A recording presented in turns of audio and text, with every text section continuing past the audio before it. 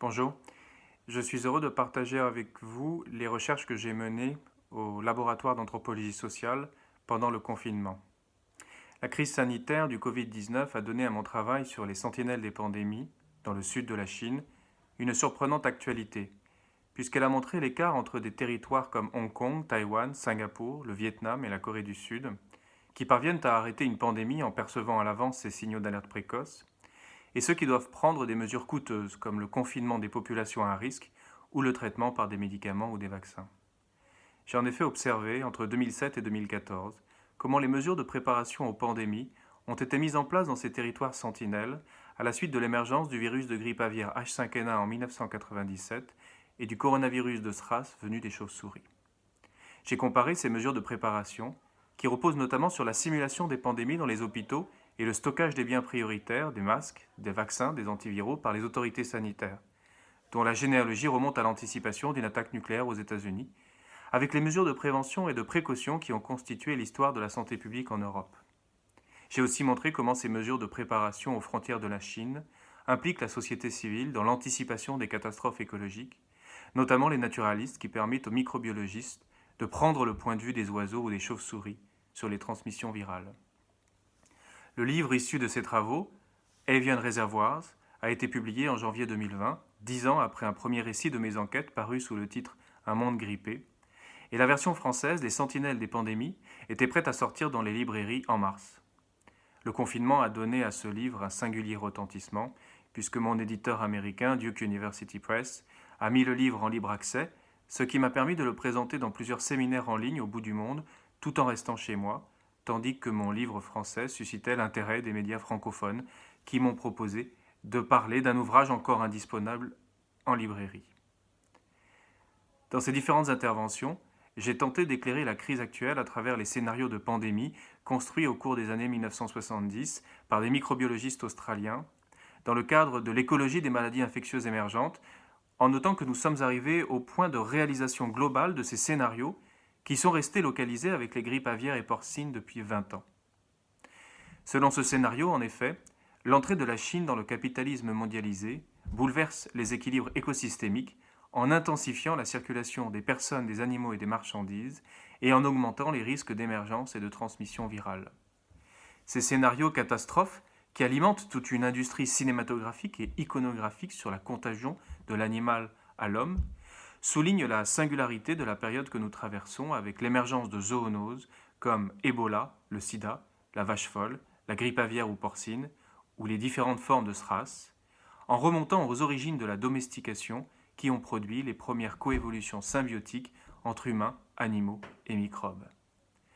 Cette crise m'a également conduit à élaborer 2 nouveaux projets de recherche qui vont m'occuper dans les années à venir. J'ai répondu à l'appel flash de l'ANR sur le Covid-19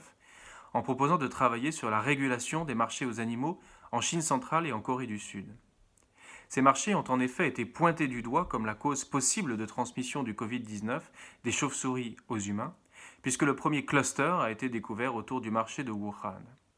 La découverte du Covid-19 sur des pangolins de Malaisie a laissé penser que ces animaux, dont le trafic international pour leur usage dans la médecine chinoise traditionnelle est dénoncé depuis longtemps par les organisations environnementales, ont pu jouer un rôle dans cette transmission, même si aucun patient du Covid-19 à Wuhan n'était impliqué dans ce commerce illégal. Avec des chercheurs français, chinois et coréens, nous allons donc enquêter dans les marchés aux animaux de 3 villes de Chine centrale, Chengdu, Chongqing et Wuhan, pour tracer une carte des espaces où les animaux sont vendus vivants dans les villes, en interrogeant les frontières du sauvage et du domestique, du légal et de l'illégal, du médicinal et de l'alimentaire. La contribution d'anthropologues chinois travaillant en Chine centrale est importante pour avoir accès à ces marchés très contrôlés par l'État, et l'apport d'une chercheuse coréenne est essentiel pour comparer avec une société asiatique plus libérale où la gestion de la pandémie a fait l'objet d'une plus grande transparence. Nous allons aussi nous appuyer sur les travaux d'experts à Hong Kong et Singapour, où les wet markets ont été encadrés par le gouvernement depuis une vingtaine d'années. Wet renvoie précisément à l'obligation de nettoyer ces marchés tous les jours.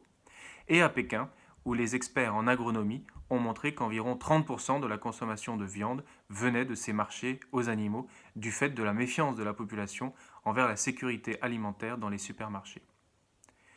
L'enjeu de ce projet est à la fois de conseiller les autorités sanitaires en charge des zoonoses en Chine, mais aussi d'élaborer une anthropologie comparée des marchés aux animaux, viande de brousse en Afrique, animaux sauvages en Amérique, marché bio en Europe,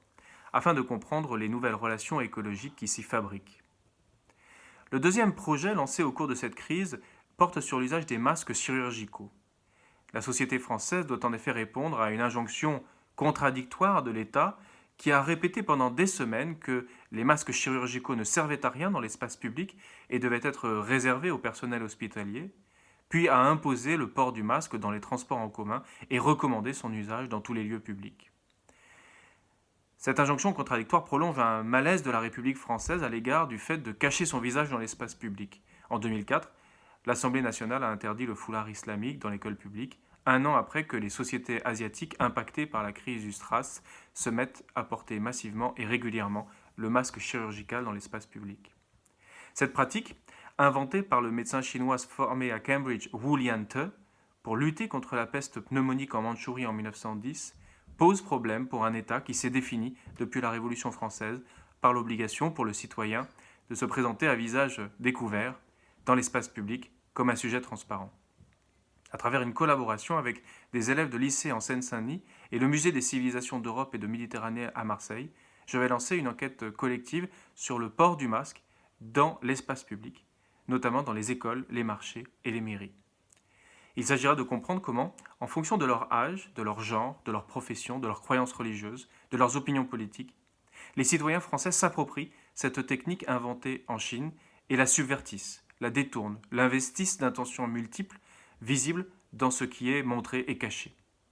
On interrogera aussi les citoyens sur l'économie, l'écologie et la matérialité du masque, comment ils ont été achetés ou fabriqués, combien de temps ils sont portés, la gêne qu'ils peuvent susciter, les bonnes façons de les jeter ou de les conserver. À terme, ce projet pourra comparer la perception et l'usage des masques en région parisienne et dans l'agglomération de Marseille aux pratiques qui ont eu lieu depuis la crise du SRAS à Hong Kong et à Tokyo, en organisant des collectes de masques dans ces 4 agglomérations à des fins patrimoniales. Il s'agira ainsi de documenter, en temps réel et avec une méthode comparée, une pratique qui se transfère de l'Asie vers l'Europe pour comprendre les bouleversements qu'elle implique et les transformations qu'elle engage dans la création de formes matérielles nouvelles.